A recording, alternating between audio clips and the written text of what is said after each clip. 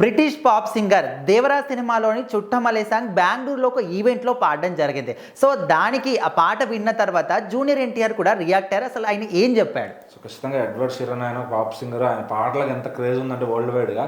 So అది మనకి తెలియకపోవచ్చు, ఇక్కడ లోకల్ వాళ్ళకి ఏంటంటే ఆయన సాంగ్స్కున్న డిమాండ్, ఆయన ఒక షో చేస్తే దాని మీద ఎంత రిటర్న్ వస్తుంది, దానికోసం ఎంతమంది ఎన్ని వేలు ఖర్చు పెట్టి కాదు లక్షలు కూడా ఖర్చు పెట్టి వెళ్తారు ఆ షో చూడటానికి. సో మరి మనం ఇక్కడ మన దగ్గర ఇప్పుడే కల్చర్ మొదలవుతుంది. తమన్ గారు, డిఎస్పీ గారు షోస్ పెట్టడం, చారిటీ షోస్ పెట్టడం. సో వీళ్ళు కూడా ఒక చారిటీ షోస్ అని చెప్పి ఏవో చేస్తూ దానిపైన వచ్చిన దాన్ని వాళ్ళు కొంచెం ఉంచుకొని కొంచెం చారిటీస్కి ఇస్తూ ఉంటారు అనమాట. సో ఖచ్చితంగా మరి ఆయన ఒక పాట పాడితే దానికి ఎన్నో కోట్లు ఒక సినిమా హీరోలు కష్టపడేంత ఒక ఈవెంట్ లో సంపాదిస్తారు ఆయన. సో అంత అంత క్రేజ్ ఉన్న సింగర్ ఆయన. ఒక పాట పాడుతూ బెంగళూరులోనే అక్కడ ఈవెంట్ చేస్తూ ఈ చుట్టమల్లే సాంగ్ ఒకటి పాడారు అనమాట. అది విపరీతంగా ఆడియన్స్ అయితే ఆకట్టుకుందని చెప్పాలి. ఎందుకంటే అసలు మన సినిమా ఆయన అక్కడ అంటే మన సాంగ్ అక్కడ దాకా రీచ్ అయిందా. సో మరి ఇక్కడ జూనియర్ ఎన్టీఆర్ గారు చేసిన సాంగ్ అక్కడ ఎక్కడో ఫారెన్ లో రీచ్ అవ్వడం ఏంటి, ఇది కదా రియల్ క్రేజ్ అంటే. మరి జూనియర్ ఎన్టీఆర్ గారు ఊరికే అయిపోతారు అక్కడ దాకా.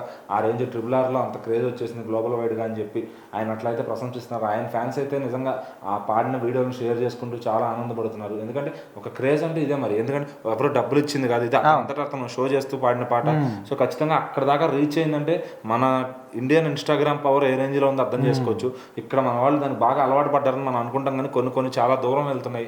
సో అది వరల్డ్ వైడ్గా కూడా పాపులర్ అవుతుంది అనమాట. మన వాళ్ళు చేసే కొన్ని రీల్స్ ఏవైతే ఉంటాయో, మరి చుట్టమల్లే సాంగ్ కానీ దాని రీల్స్ కానీ ఎంత ట్రెండ్ అయినాయి, ఎంత చేశారు అనేది చూడొచ్చు. మరి ఈయన అసలు ఏం సంబంధం లేని అతను వ్యక్తి మన తెలుగు పాట పాడాడంటే ఇదే క్రేజీ నిర్వచనం అని చెప్పొచ్చు ఖచ్చితంగా. సో మరి జూనియర్ ఎన్టీఆర్ గారు కూడా దానికి రెస్పాండ్ అయ్యారు. మరి ఫ్యాన్స్ అందరూ ఫుల్గా హ్యాపీగా ఉన్నారనమాట. అంటే మన క్రేజ్ ఇది, మన రేంజ్ ఇది అని చెప్పి. సో మరి ప్రజెంట్ ఒక హీరో ఫార్మ్లో ఉన్నప్పుడు ఫ్యాన్స్కి ఇంతకన్నా ఆనందం ఏమిస్తాడు చెప్పండి ఖచ్చితంగా.